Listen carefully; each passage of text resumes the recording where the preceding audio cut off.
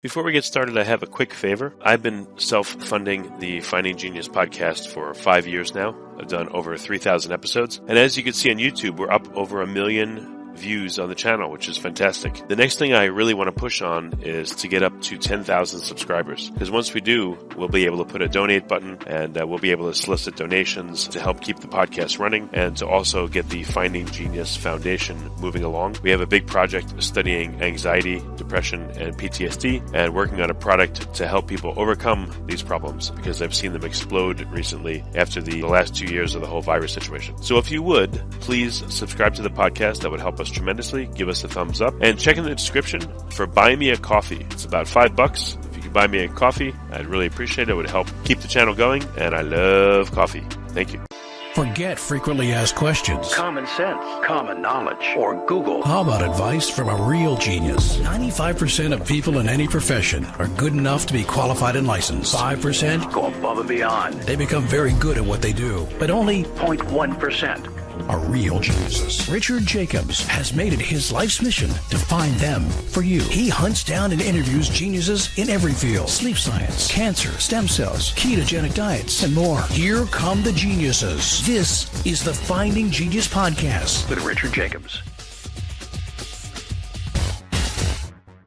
Hello, this is Richard Jacobs with the Finding Genius Podcast. I have a guest for the second time, Matt Ferrell. He lives in the Boston area. He's a UI UX designer by trade, but he loves technology. And in 2018, he started a YouTube channel called Undecided, which now has well over 500,000 subscribers. Very cool. I'm sure when he gets to the million mark, he'll be back to celebrate that.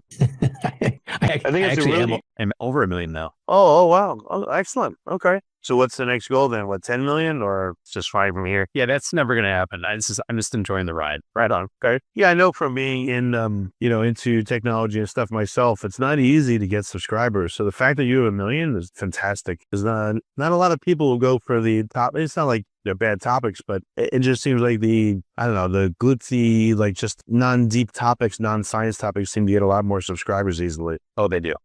For sure.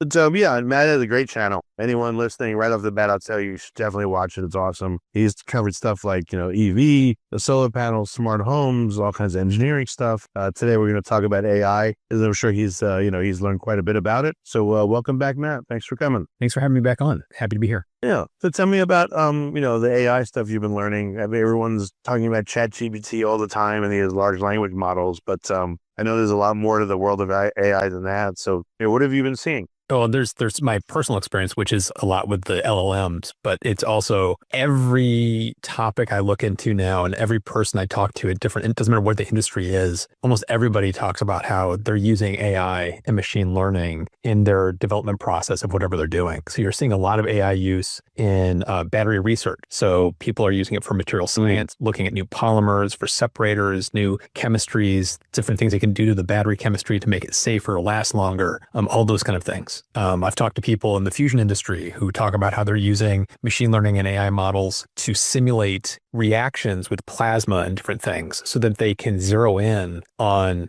the areas that they should need to build something out in a practical means to test. So they can run millions of permutations and zero in on the 10 that they want to actually try. So it's speeding up development. It's like a computerized wind tunnel with models instead of having to only use the wind tunnel. Yeah, exactly. So basically it's kind of like kind of throwing gasoline on the fire when you talk about like research and development and how things are advancing in that realm. It's kind of been surprising to me. It's like, because the way it's hit the news in the consumer market now, like we're all aware of it now because of the stuff with, deep fakes and like these videos that come out that look almost realistic, or human voices are getting cloned. All that kind of stuff is becoming more aware to us as consumers. But AI has been widely used now for years in research and development and in other industries.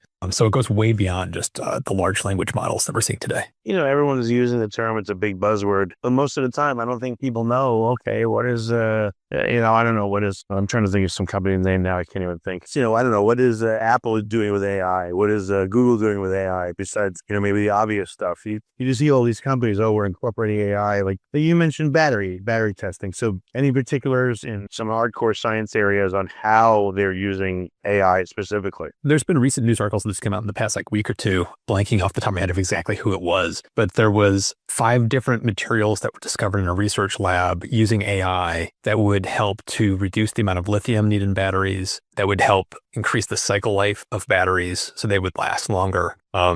Different things like that, of like just being able to tweak chemistries in different ways to make them more efficient. It was kind of fascinating. It's like just literally, this was like last week, I think the news article came out where they detailed 5 different advancements this one research group came out with, and it was all powered by AI. So it seems like what AI is good is like searching what I call like the solution space. Like I don't know if this is a good example for people, but I saw an equation, the result of it graphed out, and it was like peaks and valleys. You have these big hills and then these holes, and so we can't really see like all possibilities or all answers in the answer space, but AI can brute force its way and see all of them. And I know from engineering, sometimes people will get caught in like a local minimum or local maximum, meaning they'll think that they've optimized something and they just can't get another answer to it. They can't get any better. But AI seems to, again, be able to brute force its way through that and find every possible answer, to make things more efficient. Or, if I have like 5 ingredients and I'm going to cook something, it comes up with some crazy concoction that I never would have thought of that actually works because, again, it can search the whole solution space. Is that how you picture it? I mean, that's how I picture it, but I don't know. No, it's a really good way to put it. Talking about recipes and ingredients is kind of the way I've kind of wrapped my head around some of this. And that's a good way to put it, is it has the collective knowledge that you've fed it of here's how all these different ingredients can be used. And here's millions of recipes. And then you go to your fridge and you say, I've got these 5 things in my fridge. What can I make out of it? And it gives you a list of 10 things. Here's 10 things you can make out of it. It's just, it has all of that knowledge that you fed it at its fingertips, and takes seconds for it to reference it, where for us, it would be a lot more difficult to do that. We don't have that kind of like rote memory where we can just like pull it up at a whim. So it's from my personal experience, like I've been using more and more of these AI processes in my workflows because AI is a tool. It's a lot of people get freaked out about it's going to take over every job. I don't necessarily see it that way. I see it as these are fantastic tools and agents that can kind of accelerate what we do individually. So for me, like I could give you an example of one of the things I'm doing right now with this is I keep tabs on dozens of different websites and news feeds, RSS feeds, to kind of filter through and see if there's any new interesting topics that are coming up, like that battery report I just talked about a minute ago. And the problem is I subscribe to so many different things. My RSS feed gets 700 to like 1,000 new news articles every week. So you're talking about having to comb through 100 news articles every day. And I will tell you right now, 70% of that stuff is stuff I don't care about for my channel. So it's kind of like a fire hose of information that I kind of have to like scroll through really quick, and it's kind of date ranked. So the newest stuff's at the top, the oldest stuff's at the bottom. I created an automation workflow that uses an AI where this stuff comes into my RSS reader, and then this AI goes in and it has my entire database of every script I've ever written for my channel. So it knows exactly the kind of topics I talk about, what I like to do, how I like to talk about it. And it takes that article, basically reads it, it scrapes the news article and compares it to everything I've ever done on the channel. And then it gives it a grade from 0 to 100 of how relevant does this seem to Matt? That's cool. And gives it that grade. And then I can then sort my RSS list by most relevant. So things that are closer to 100 at the top, things that are closer to 0 at the bottom. And now it doesn't, for me, I can skim through these articles way faster than I ever could before because I don't care about the stuff that's below a rating of 50 or 60 because that stuff's going to be not really relevant to me at all. Yeah, it's just a productivity tool. Yeah. Right. So it's like, this is something that can kind of accelerate how we work in whatever your job is. You can find really creative ways to use the different AI tools to kind of accelerate what you do. And right now we're kind of in this space where, like you mentioned, AI is a buzzword that's everywhere. And we're kind of in an AI bubble, which reminds me of the .com bubble in the beginning of the 2000s, where yes, this is a revolutionary technology, but it's getting way oversold and way overhyped. And companies are getting overvalued for what they're bringing to the market. And most of these companies are overvalued because of their models, ChatGPT or Anthropic from Claude or whatever their thing is that they're selling. But most of these things, when you look at them, they're all kind of the same. And new models are coming out like every day from all over the world. Like the Chinese model called DeepSeek came out of nowhere and caught everybody by surprise because it was developed by a very small team very quickly and super cheap. where OpenAI has spent billions upon billions of dollars to train their AIs. And it was kind of like, they did it for like next to nothing. So it's kind of starting to pierce the bubble of like, things might be overhyped. And so it's not the AI models and AIs themselves that seem to be the value. It's what you do with them. It's how you productize it. What do you do? Actually, what's the feature you create with it? That's where the real value is going to come in. Yeah, I'll give you an example. Like, it's a bad idea to start with AI, I think, on whatever you're thinking about. A better way is like, okay, I'm going to think of like as many ways as I can to solve this problem. I've tried everything I can think of. I give up. Now I go to AI and it brings me one more possibility and I try that and maybe that worked. I did engineering in college, chemical engineering, and I always thought of this device that would spin with the car's tires and nozzle that would, spin with them and hopes that enough air pressure would be developed at the mouth of the nozzle to keep the tire inflated. And I wanted to do this calculation for a while, but I've been out of school like 20 some years. So I decided to put it into, ChatGPT, and it came out with the equations and everything. And it showed me, no, not enough pressure would be developed. I was disappointed, but because I've had training, I could tell, oh, that's right, Bernoulli's equation. And yes, okay. That's how it did it. That makes sense. And it gave me my answer. But if I didn't have that background, I don't think I could have gotten an answer like that. So it's like the more you know and the more you bring to the table, the more it can help you. Yeah, exactly. Yeah, because I think right now, like if you only listen to the people that are in like I don't want to call them, I hate calling them this, but like the AI fanatics, the people, like if you listen to the CEO of OpenAI, that kind of a thing, if you listen to the people that are totally bought into this, they're going to make it sound like we're weeks away from creating AGI, that just general intelligence, and the singularity is going to happen anytime now. I think the reality is no, it's not going to happen anytime soon. And it's just because the more you use these things and the more you talk to people who use these more sophisticated tools, like the researchers that are using not LLMs, but they're using other methodologies, we are so far away from that. It's these systems are kind of stupid. Like you mentioned, you kind of have to know what your expertise is still key in how you use these tools. It's not like it's a silver bullet that you can just go to these tools and just throw anything you want at it and get a good response out. You still have to understand how to use them appropriately. Like what you did. You didn't just say to AI, make me a workflow and blah, blah, blah. Like I've had my team do this stuff. There's a lot of finishing work to be done. It's like 3D printing a house. That's why they're not all over the place. Because you can 3D print the walls and the basic parts of it. But then all the finishing touches, which could be a lot of work, you still have to do. Same thing with programming. Like it can give you the skeleton of a good program, but then there's a lot of things that you got to work on to really make it viable. And I think that's where it's overhyped. It's not like, oh, I created a business with ChatGPT in an hour, did it for me, and I made $1 million. Like, come on, Yeah, where I think this starts to get a little dicey is, at least right now, is that it's already impacting people's jobs, not in the sense of, oh, we don't need a developer because we can have Claude code it for us. I don't think that's what we're seeing. What we're seeing now is more of, you're a 22-year-old who just graduated from college and you're looking for that entry-level job in a coding job. And most of those entry-level jobs are kind of evaporating right now, because that's where the kind of grunt work, the easy stuff, is being kind of sucked up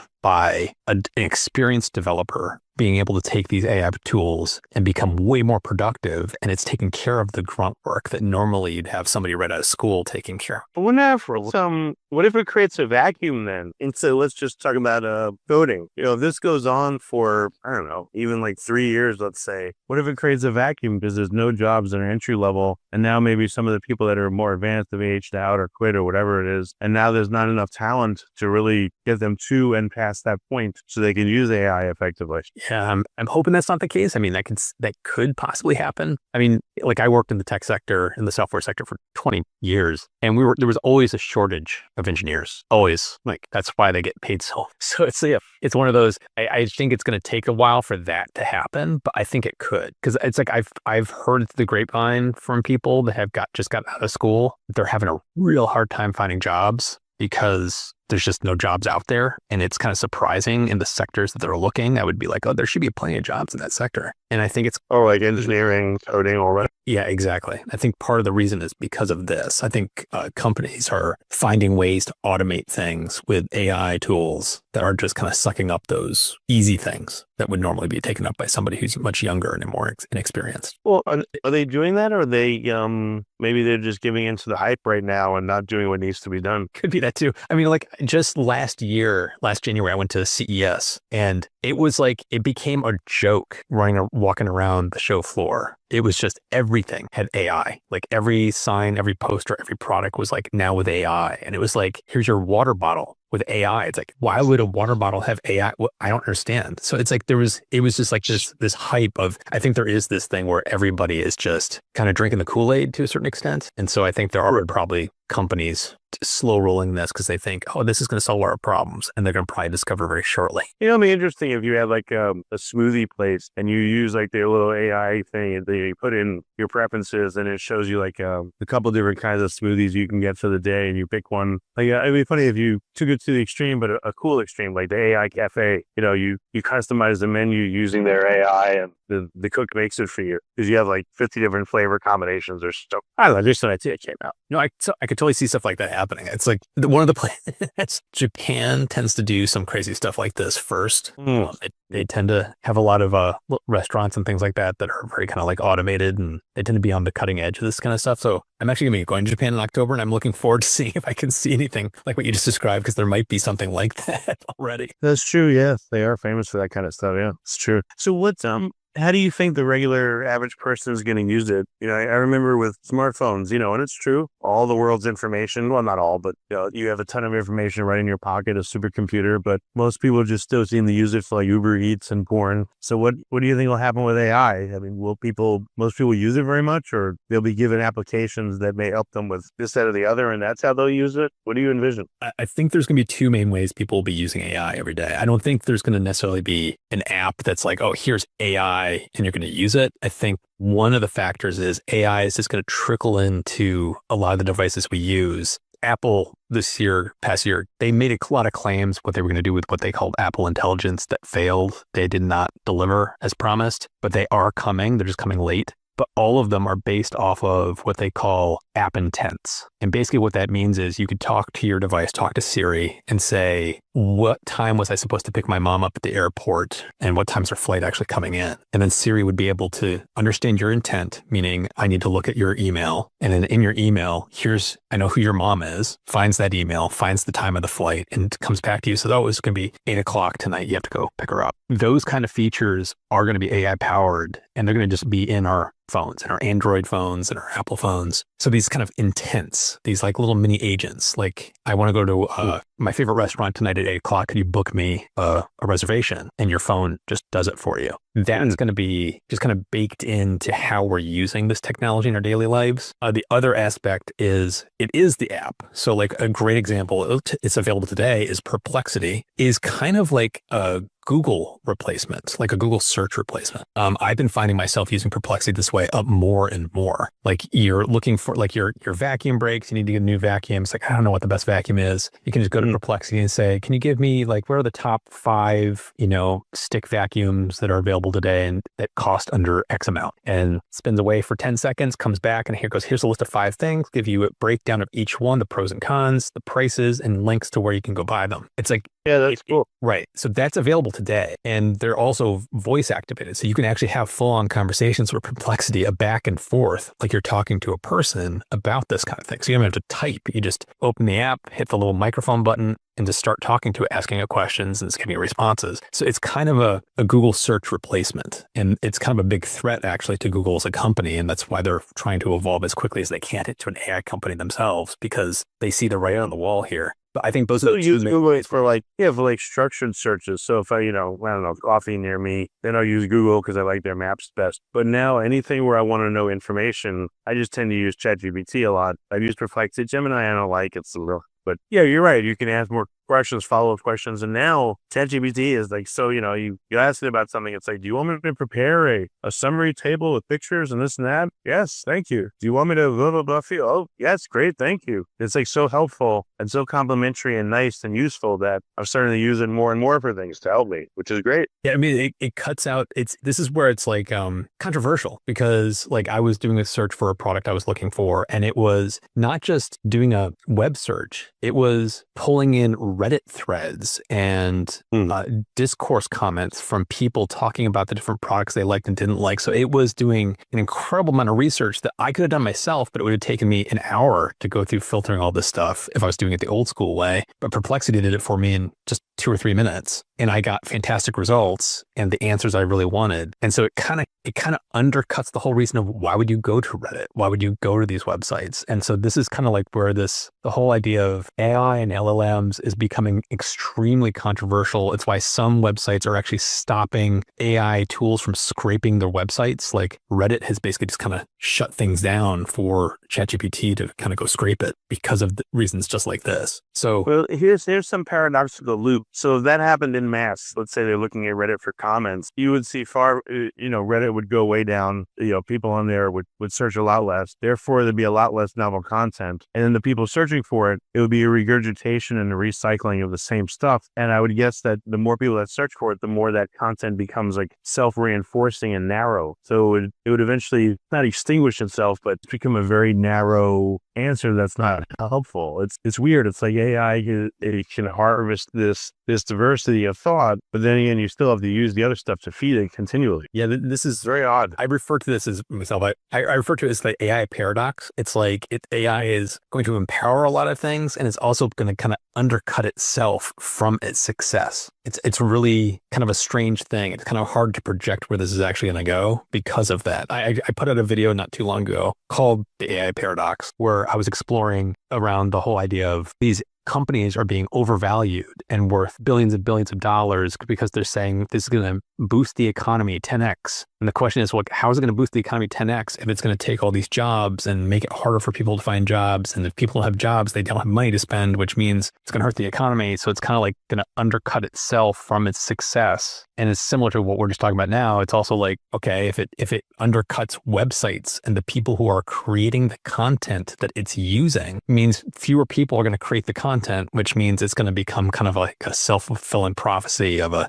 downward spiral of just AI slop that we end up with at the end. So it's kind of this weird kind of juxtaposition that's I'm having trouble kind of figuring out myself, because this paradox does exist and it's kind of unclear how we're going to steer through this as this evolves. Yeah, we talked about this, when we spoke briefly offline. Now you have YouTube creators that just react to stuff. I've seen a whole bunch of them. They'll be sitting in the bottom of the screen pointing upwards, and they'll show videos, and sometimes they won't even do anything. Or they'll be like, oh, this person's got it right. And they play the video. It's like derivatives of derivatives of derivatives. And things become, I guess, kind of self-reinforcing and narrow and like true echo chambers when that happens. It's so weird. And there's also, yes, the power of AI is to draw from all these different sources, but they're going to disappear or become lessons. And there's also this, I know YouTube creators are concerned about this, but like just these AI slop video channels that it's not even a human. It's just, these videos are being written and produced completely by AI, and they're getting hundreds of thousands of views. And so it's like, there's a reason why they're succeeding, because people are watching them. And it's kind of like, it feels like a lowest common denominator, a way just to kind of like a race to the bottom when we go down that path. It feels like that's what's happened in music. It's become just, I know I'm getting older too, but it's become just like computerized garbage where I don't know, there's like not even music anymore. AI might as well have created it. It's probably better what's out there. I don't know. It's weird. Things are devolving instead of evolving. It seems like the level of writing that people can produce, the level of music. Like where is a modern day Mozart or a modern day Brahms or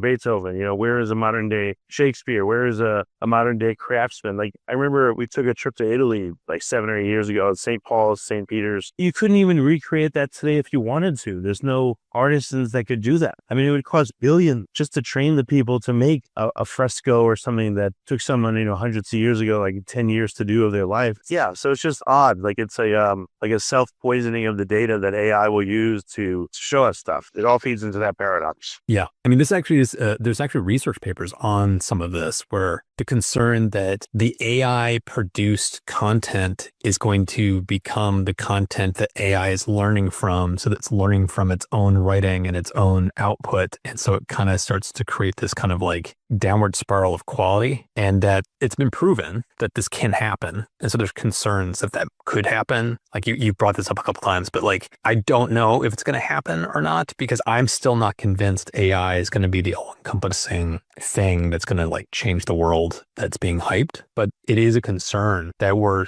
going to devalue actual artists and art. My brother is a published author, and he's got, published books. He's got books coming out soon. It's like, and he's, of course, extremely concerned about this because you can go to ChatGPT and say, tell me a fun story about X, and it will just pump out a kind of schlocky, whatever you asked it to do. It's not going to be made with, thought and care and soul, but it might be all you want at that moment. It might satisfy that itch that you might be looking for. And it completely devalues the actual craftsmen who spent years perfecting what they're good at and creating something that's really worthwhile to look at or read or listen to. It's maybe we're lucky because we get to use AI, in this early state before it becomes poisoned.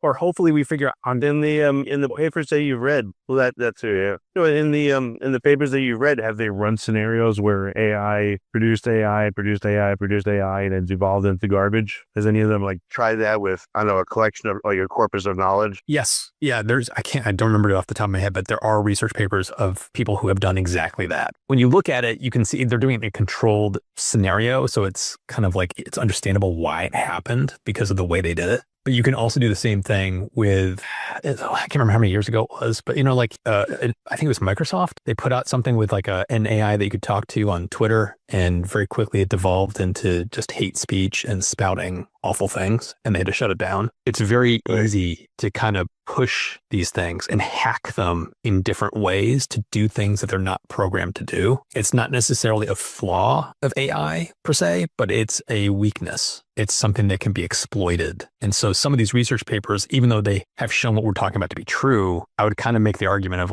it's kind of just part of the weakness of AI in its current state. And so it's hopefully over time, the companies who are making these models can figure out ways to make them more robust and less prone to having that issue. But as they are right now, it absolutely could happen. Yeah, just like with Google and all the search engines and ads to do because people would spam them. I mean, same thing with AI. Let's say I sell diamond engagement rings and I have a whole bunch of bots that go all over the web and say Joe's diamond engagement ring company is amazing and these other ones are terrible. And, so I'm putting all these artifacts out there knowing that AI will pick up on it and say, a predominance of people said that Joe's engagement ring place is the best. So you should go there and rank you. And it's just dangerous when knowledge itself can be shaped this way and you don't even realize. Yep. That's the part that freaks me out a little bit right now, is that it's unclear. We live in almost a post-truth world now, because depending on which AI model you ask, you might get slightly different responses, and some of the responses may not be entirely accurate. There's hallucinations that these things have.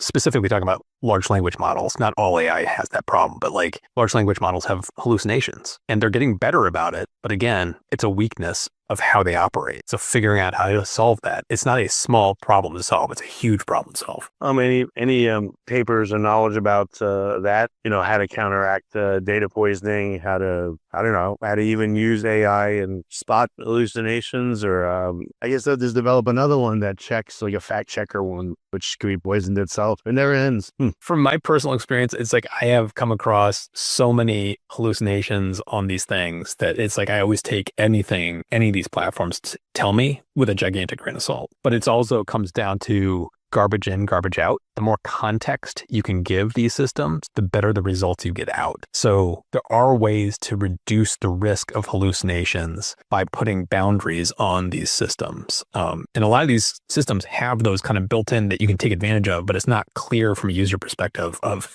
how to actually do it properly.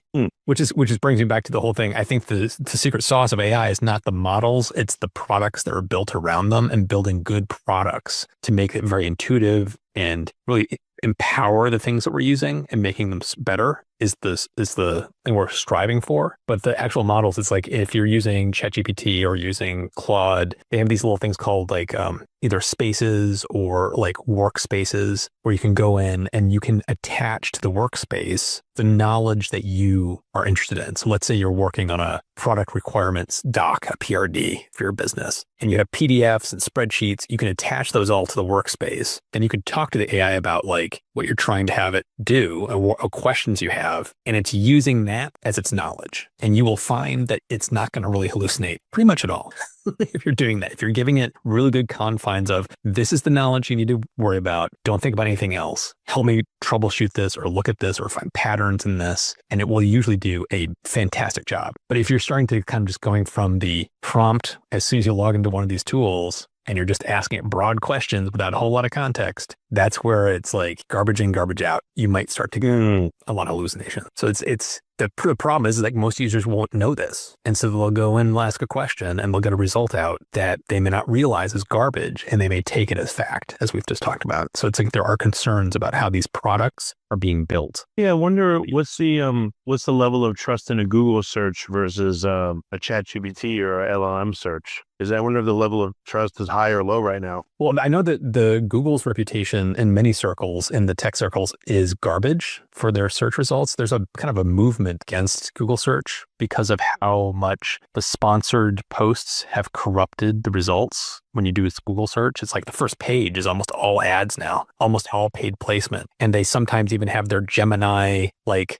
summary at the top. And then if you pay attention to some of those summaries, sometimes those summaries are like hallucination fever dreams. They're like horrendous, completely inaccurate, doing a horrible job. And this is a product that is out there today used. Yeah. So there's a kind of an upswell of kind of like the downward spiral that Google's put their own search results into, which is going to drive people to things like Perplexity if they're getting better results and better output using these new tools. Well, to turn it more positive, you gave one positive example earlier. You were able to, curate news feeds and feeder material for your channel. Like you've kind of 80-20'd it with it, which is great. Have you tried stuff like had an LLM like digest like every video you've ever done and point out topics you haven't covered? Or let's say on a particular video, analyze all the comments and tell me the predominant things that people are saying in here instead of going through them all? I like the way you think, because yes, I have done all of that. Like when you look at my production workflow, I have a small team that helps me produce these videos. I've basically tried to automate and add AI tools to help us on everything from the pre-production to the post-production. So the actual deep research is still done by humans. The actual writing is still done by humans. It's still me on camera. It's still a human video editor. But when you're talking about the finding ideas for content for the RSS feeds, when you're talking about analyzing, is this video potentially going to perform well? Or what's the base level of deep research we could kick things off to decide if we want to do it or not? I'm using things like Perplexity to help me do that kind of stuff. On the back end, after a video comes out, I'm using tools that do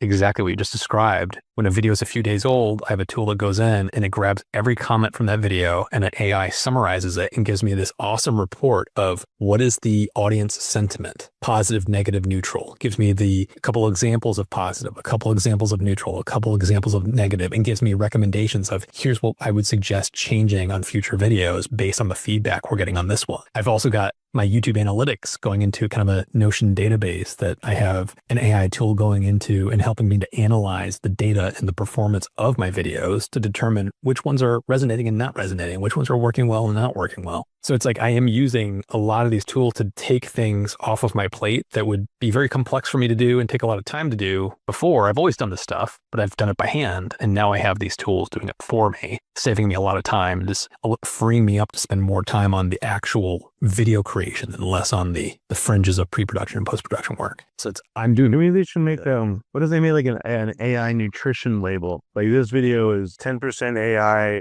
80% this. So you can see like contains real juice or contains real content. They might have to have something like that with everything you look at. Well, it's interesting you bring that up because like YouTube is semi-rolling things out like this. I've been part of some beta features that have been rolling out. Some of the things I've actually had discussions with product managers over there on some of these calls were things like that of there's a now requirement when you put a video up, they require you to answer, is there any AI content, generated content in this video? And you have to tick the box, yes or no. It's up to me as the creator to check that, truthfully. So there's going to probably be people that will say, I didn't do that. And they did nothing but that. But what they're doing is they're laying the groundwork for starting to detect what's AI and not AI in videos. And I think they're going to go down that path at some point where they might have some kind of nutrition label on a video that might show up below the video saying this video is, 90%, AI generated or something like that, because we're going to need that at some point. I think they're laying the groundwork for that right now. And they're also doing AI deepfake tools where like in my account, I can go and see if there's any deep fakes of me showing up on the platform. Oh, that's good. Yeah. So AI is very much on the forefront of what YouTube is looking at. And it seems like they're trying to build out tools to stay ahead of it and keep things in check so things don't just spiral out of control. Yeah, because you're right. There are, and I know the voices now. It's funny, like for a long time, I did a lot of marketing and advertising and stock images. Like as I drive around town, I'm like, oh, I know that stock image. I know that one. You get to know the people in them. Oh yeah, I've used that one a few times. And on YouTube, same thing. Like some of the voices, I could tell, oh, I know this voice already. It's been on like 10 different channels. All right, is AI. It's really weird. It's become a very strange all of mirrors in certain cases. It has. Yeah. Disturbing at times. So what do you see coming in the next, maybe, we can't go out too far because things change so fast. Maybe the next year, 2 years in terms of AI, like, with all the background research you do, I know most of it can't make it to the channel. It's just too much. But, what are you seeing that's coming, you think? I think what we're going to probably see is like for things that like everyday Joe off the street is going to be saying is some of the stuff I talked about with your phones and the technology we use in our daily lives, being able to talk to your voice assistant and have it almost respond like a little mini butler. Like those kind of features are going to start showing up probably first on our phones in the next year, 2 years. Easy. Some of the other stuff that I've talked about, like the material science advances and things in medicine are happening right now at the research phase. They're not in anything that's a sellable product yet, but like the speed at which this is increasing for research and development means probably in the next 3 to 5 years, we'll start seeing those things hit the market of like this batteries breakthrough chemistry that it's got was powered by an AI discovery and a new material that's in it. I'm not seeing those in batteries and things like that are today or even probably in the next year. But the fact that they're happening now, there tends to be that lag time of 5+ years when it goes from research to an actual product. It might be 5, 8, 10 years. So it's like, I would expect in the 5-year time frame, we start seeing news articles about that. This new thing that you can get was powered by AI, or this discovery of this new material that's in this thing was discovered by AI. That's a little further out. And then even then, what does that mean? It's not like the researcher just sat there and, the computer beeped and they woke up. Oh, great idea. It's just. I was gonna say the whole point of the excitement around that though is it's in theory, it's going to speed up the time to market for some of these things, where like a discovery in the research lab may have taken 8 years to get to that discovery, and then it might take another 8 to 10 years for it to become a product. We might see it takes 3 to 5 years to get to that discovery and takes another 3 to 5 years to get to the market. So we will start to see, I think, that time frame of the development shrink, which is exciting because that means we will get better products more quicker to the market. But all of us are very impatient. I know that from my YouTube comments, people are very impatient, saying things like, wake me up when it's finally here. But I think that's where the excitement for me is that it's just going to dramatically speed up the research and development phase of bringing new things to market. Yeah, we'll have to see. What was I going to say to you? I think it escapes me now, but so are you going to be changing the format of what you're doing, or are you going to be doing like more, I don't know, is there any point in doing any disclosure? Like, this video, we did use AI, but here's how we did it. Like, what are you planning to do with your channel differently? That's actually a really good point. I don't use AI for anything that ends up in the final video. So like I mentioned, it's human written, human edited, it's me on screen. So in that regard, I don't think I'm going to be changing anything for saying to people anything specific. But I do use AI tools, as I've talked about, for the ingest of information and the analysis of video performance and stuff like that. I'm using it extensively. I think for me, it might be the kind of thing like where I talk about that in a video here or there. And maybe at some point, if there's so much AI slop hitting YouTube, I might start doing something like 100% human, just to call out that we aren't doing what other channels are doing. But I'm going to have to play that by ear depending on how things roll out. Yeah, interesting. Okay, well, very good. Are there any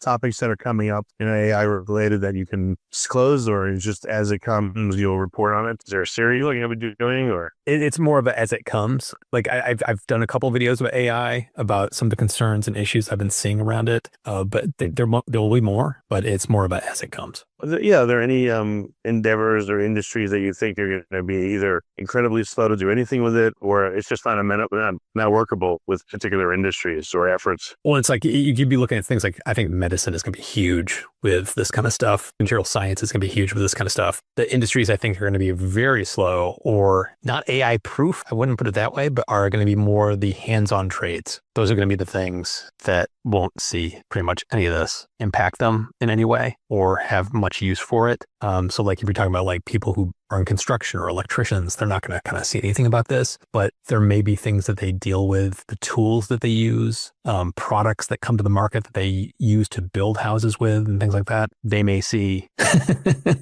like we were talking about the material science side of things, they may see improved products that are a result of AI, but I don't think it's going to impact kind of like the trades, that kind of stuff anytime. Again, another paradox. What should you do when you grow up? Instead of being a lawyer or a CPA, you should be a plumber. You're more likely to have your job for a while. Yeah. And so it's another paradox. So weird. Yeah. It's fascinating. Kind of fascinating. Okay. Well, excellent.